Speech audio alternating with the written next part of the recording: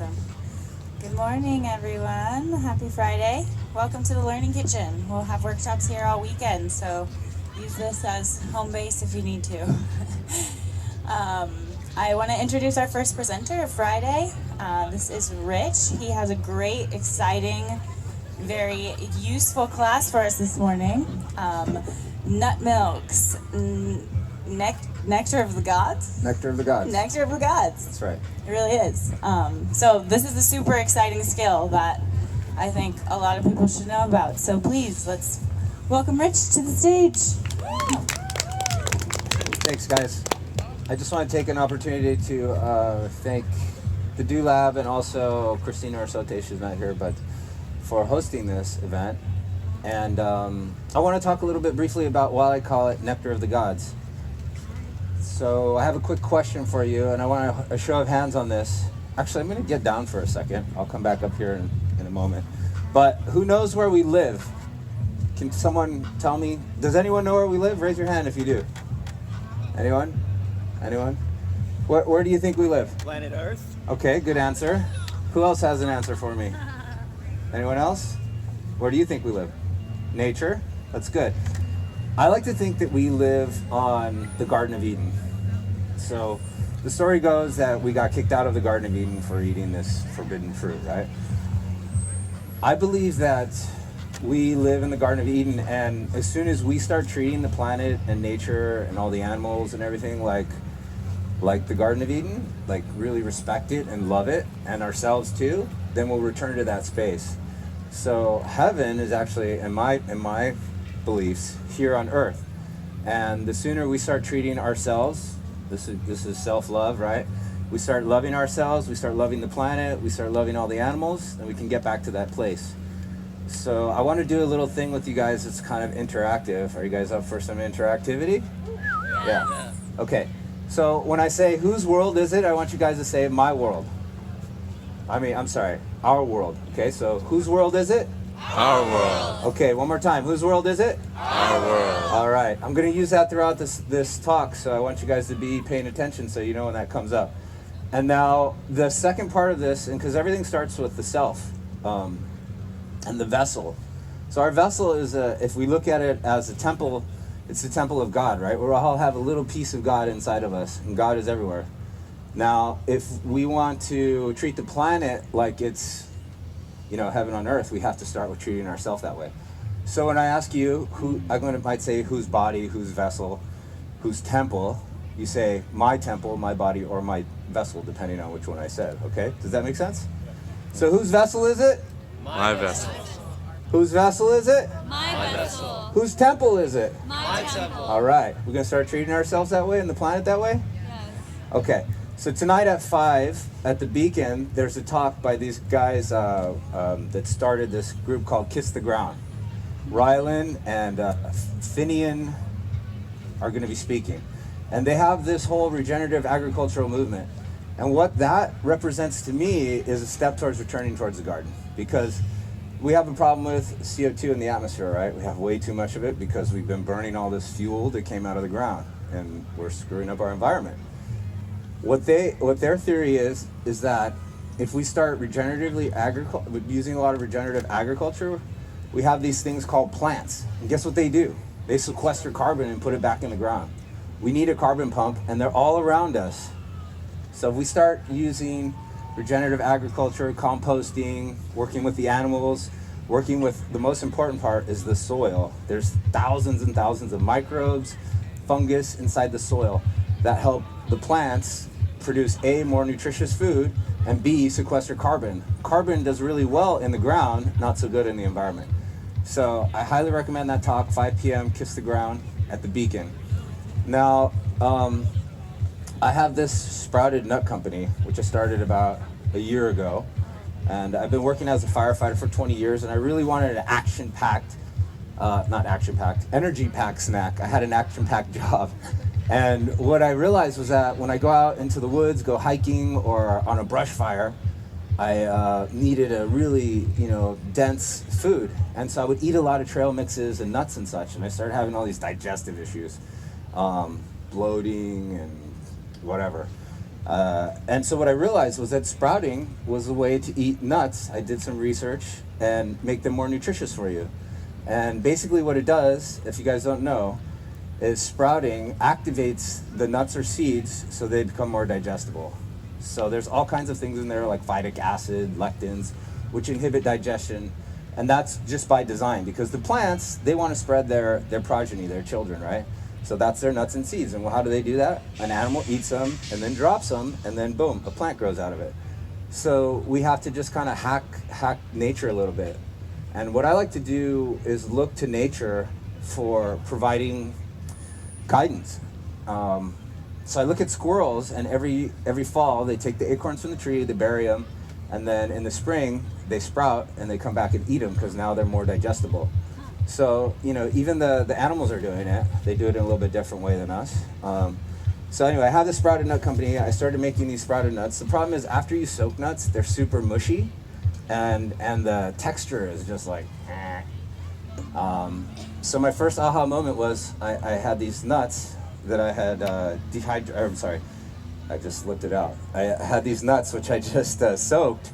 And then the second problem is they get moldy very fast because they're so moist. So I started putting them in the refrigerator. So now they're cold and mushy. It's like, who wants to eat that? It tastes like a wet cotton ball. It was like, get this out of my mouth. And then I found this dehydrator that I had from my father like in the 80s, and I was like, oh, I'm gonna put this thing in and try putting them in there. So I put the nuts in the dehydrator, and it brought back the crunch. Now they were a little bland at that point. So what I started doing, I lived at Topanga at the time, and I had sage and rosemary growing on the land. So I got some of the sage and rosemary, I put it in the coffee grinder into a fine powder, and I put some Braggs on the nuts and then the sage and rosemary, and wow, I had a hit. These things were amazing. So that was my first flavor. I have 5 flavors in a trail mix now. You guys can try some. I'll do some sampling afterward, but let's talk about the sprouted nut nog. Now the reason I'm calling it Nut Nog Nectar of the Gods is because of the first part I just talked about. So, whose vessel is it? My vessel. Whose vessel is it? My vessel. That's right. So it's our vessel, a vessel of God. So this is nectar of the gods. If we start treating everything with love and respect like that, then that's what we're going to get. So to start with, you get a bowl. Then we're going to use cashews today. Now the whole soaking process takes about, for cashews it's 8 hours. So what you do is you put them in a bowl, and then you fill this bowl with water, and you leave it overnight. Now obviously that's not super practical to do here because we're not going to be here tomorrow. So basically you soak these with water overnight, and then in the morning you strain the water out. And you have these, they're a little bit bloated, and they're wet. So the next step is very simple. You take them out and you put them in the dehydrator. Now you have what I've already done here, dehydrated nuts. These ones are macadamia nuts. So very simple. Soak them over water, and then soak them in water overnight, and then take the water away, and you have soaked nuts, more digestible. What we want to do is just move the nut or seed into a growth phase. You can look it up online because each nut or seed has a different soaking time. These are both 8 hours, but pecans, almonds, they're all different. The next step, after you put them in the dehydrator and you get these crunchy nuts out, to making the actual nut nog, is to, now it's generally about a cup, but I just realized I don't have a measuring cup. You can use a handful, but here, you know, I don't know how clean our hands are. It's about this much. Thanks. Okay, thank you. So about a cup of nuts. And one thing I want to do too is really give you guys permission to experiment. So I'll get to your question in a second. But I want to give you guys permission to experiment. So I'm going to give you like a guideline on what to do, but really I recommend you try all this stuff and you taste it and see what you like. I'm going to recommend a whole bunch of different ingredients, but really you should like take ownership of it, because you're taking ownership of your temple, right? So what feels right to you, what treats your body right? What's your question?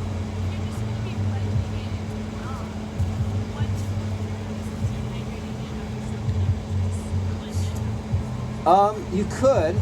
For me, the purpose is, like, I can store these for months, six or 8 months. The other ones, they're like, you got a couple days at the most in the refrigerator. So I just like to have these ready. So her question was asking about why should you dehydrate them if you're just going to put them in the milk. And you can make them right away. But again, take ownership of it, experiment with it. So you basically throw those in, fill this thing with water. I take a little bit here. And then, what's that? It's about 1 cup of nuts, and I think it's, in my Vitamix, let's make sure it's the same. Yeah, it's about 50 ounces of water. And then get this thing blending. And I recommend a high-powered blender like this one. So always make sure it's back to 0, otherwise you could have an accident. So get this thing going. Now, you can drink it just like this. To me, it's a little bit bland. So what I like to use, I'm gonna just bust out some of my ingredients here. Salt, sea salt, coconut oil, vanilla bean. You can also put cinnamon in, maple syrup, stevia. I'm usually pretty anti, can I get a cutting board? I'm usually pretty anti-sugar. So it feeds a lot of bacteria that can be harmful to us. And you really want to let it go for a bit. Thank you so much. Let's see here. Okay, so this is going to taste very bland. I wouldn't even recommend that anyone tries it. But the next thing I like to do is put some salt. And you know, like measurements, I would say it's about 1/8 of a teaspoon for this amount. But I'm just gonna kind of do about that much. And then I usually use stevia, but the #1 premium ingredient I find are dates for sweetening it. So I'm gonna put 3 dates in here, and we should really be able to have a nice knife. Oh, wait a minute. That's not a knife. I got a knife here. So go ahead and put 3 dates in here. Just chop them up. Obviously, take the pit out. Don't want anyone to choke on dates. So we throw our 3 dates in, some salt, and I'm going to put a little tiny bit of vanilla, because to me that's premium. You can use vanilla extract too if you like, but there ain't nothing like vanilla bean. So we let this blend up for a little bit. Now, I also have these nut bags, and you can drain them through there, and you basically strain out a lot of the whole particles, because there will be some sediment. But for me, personally, like, I don't really find the need for that. I just put it in a big jar, a huge jar, and then I just shake that up when I need to. Now, there's no, do you guys know what carrageenan is? Does anyone know what that ingredient is? So they put that in a lot of nut milks, and what it does is it prevents separation. Now, what it also does is it creates stuff sticking to your lower intestines, which can lead to cancer. So I avoid that ingredient, and I don't put it in my nut milk. It is a plant-based ingredient, but I don't recommend it. Okay, let's see what we got here. I'm going to make a couple different versions, and we can kind of taste them and play and see what we like. Let me see if this one's any good, and then I'll send it around.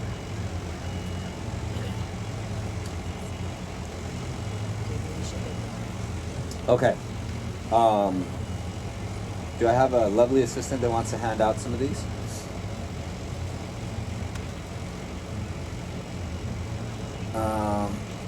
I would just say, yeah, go. Here's some more cups too, if you need more cups. Okay. So that's one version. Now, what I think this is missing is fat, because the fat really helps bring out.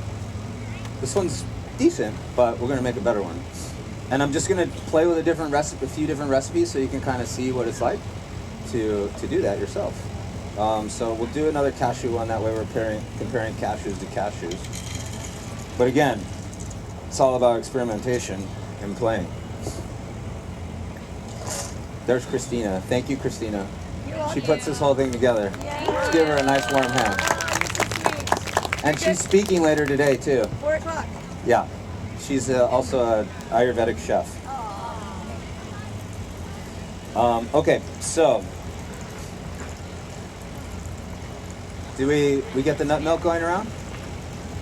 So I'm going to make another one here, and this time I'm going to put some fat in it, and that way you guys will be able to taste the difference, so you can kind of see how these different flavors help it develop. Okay. And then we'll go to macadamia, and that's my favorite. Does anyone here like macadamia? Okay, good. Whose planet is it? Our planet. What was that? Our planet. Whose planet is it? Our planet. All right. And whose vessel are we treating right? My vessel. That's right.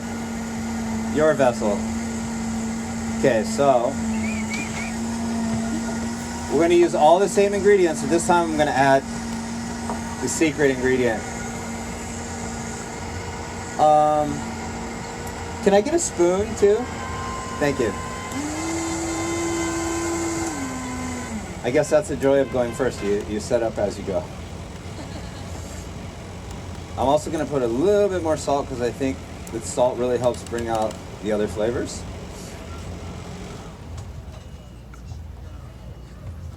And the reason I'm making these in different batches instead of one just really amazing one is that we can taste the difference, and then you can kind of get an idea about the ingredients.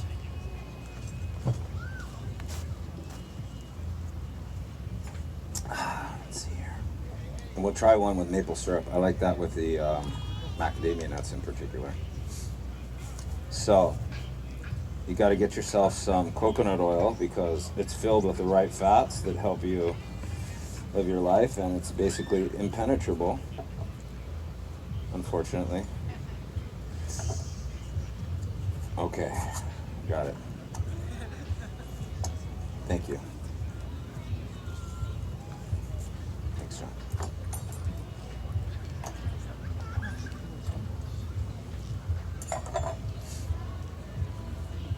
So for coconut oil, I like to use about, I would say a full tablespoon.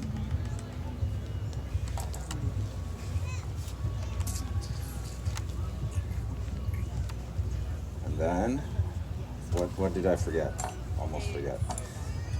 The dates.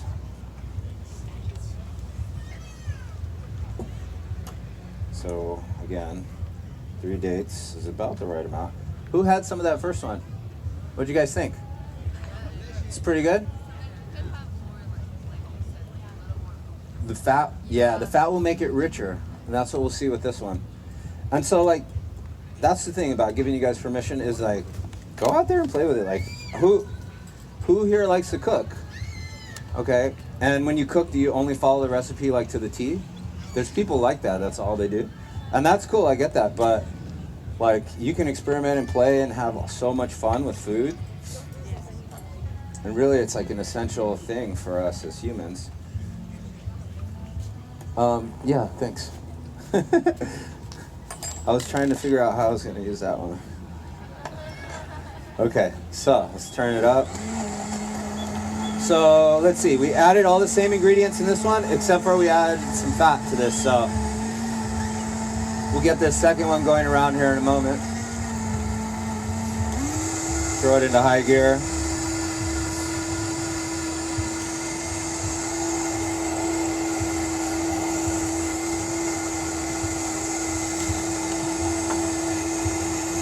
Now, does anyone know about regenerative agriculture practices and what that entails? Some of us, yeah? About composting and really healing the soil. It's like if we keep doing it the way we are, we're losing topsoil like crazy, and then we end up with a bunch of dirt. And Dirt doesn't really grow plants, soil does. Soil is rich with microbes, nutrients, fungus. Instead of trying to kill all that stuff, we need to learn to support it. Okay, I'm gonna give it a taste test here before I send it out. It tastes like foam. Yeah, but they're putting so much pesticides on the soil. Exactly, they're putting pesticides and it kills the soil, so that's why we need regenerative agriculture. Like the main form of regenerative agriculture, does anyone know about biodynamic agriculture? Look into it, it's pretty amazing, and it's a regenerative form of agriculture. This is so much better. I'm not sure there's enough for you guys. I'm just kidding. Okay. And then we'll bring that other one back up here and we can go on to another one. So this one has the fat, same thing, but added the fat. So you'll notice when you get it that it just tastes a little creamier, a little richer. And this will stay, I usually make a big pitcher like that and then I put it in one of these big jars and just throw it in the fridge and it'll last for like a week at the most. But if it makes it that long. And it'll settle, so you have to shake it up. But it's better than having carrageenan and getting colon cancer, in my opinion. While I wait for this next Vitamix to come back, I just wanted to let you know, guys, also tonight, for the rest of the festival, thanks buddy, we're going to be doing a little bit of an Instagram contest, and you could win a free bag of nuts, the most delicious nuts ever. We have this totem, it says get rich nuts on it. It's about, I don't know, 12 feet tall. It's huge. And it has a big sign that says get rich nuts. So if you're following us on Instagram, you come find me with that. We'll take a picture with you. We'll give you a free bag of nuts. So after this, we're going to do sampling of the nuts right here too, so you guys can try some of those. And then you'll know what you're getting yourself into. Okay. Now we got those two flavors out. Let's go with the macadamias. So the good thing about nuts are that they're high in fats and proteins. And the bad thing about nuts is they also have lectins and phytic acid, but we minimize those when we sprout them. That's actually the reason why we're sprouting them. Macadamia nuts are one of the highest in healthy fats out of all the nuts. I recommend, I stay away from almonds, and the reason is they're really using a ton of water here in California, and we grow 70% of the world's almonds. Pecans are pretty good too. Walnuts, you can try walnuts, yeah. To me, they have just a slight bit of a bitter taste to them. So how many cups of mac nuts you got? So basically, you put a cup of nuts in there, and then you fill up to about, you need a little bit more, 55 ounces of water, 50 ounces. There you go. Then you put it in this gizmo. So, do you guys think we have a chance of saving the planet or what? Yes. Yeah? You know, the planet's going to be fine. It's going to live on without us. It's a matter of whether we exist or the animals exist in the way they do now. So, whose temple is it? My temple. All right. And whose planet? Our planet. That's right. I can't hear anything when this thing's on, but I'm pretty sure you guys said it. At the end, this is one of my favorite, I mean, it's not really a nut, but they call it a nut, coconut. This thing's amazing. So we're going to make one with that at the end. And that's kind of next level, but I wanted to save the best for last. Have you tried Brazil nuts? Okay, nice and frothy. I think you can try Trying to whatever. get it to explode. Yeah, Whoa. you can try whatever. And then you do everything. Close. All of them you Okay, you, salt. you sprout, then you dehydrate. So with all of them. It's about 1/8 of a teaspoon. But again, permission to play.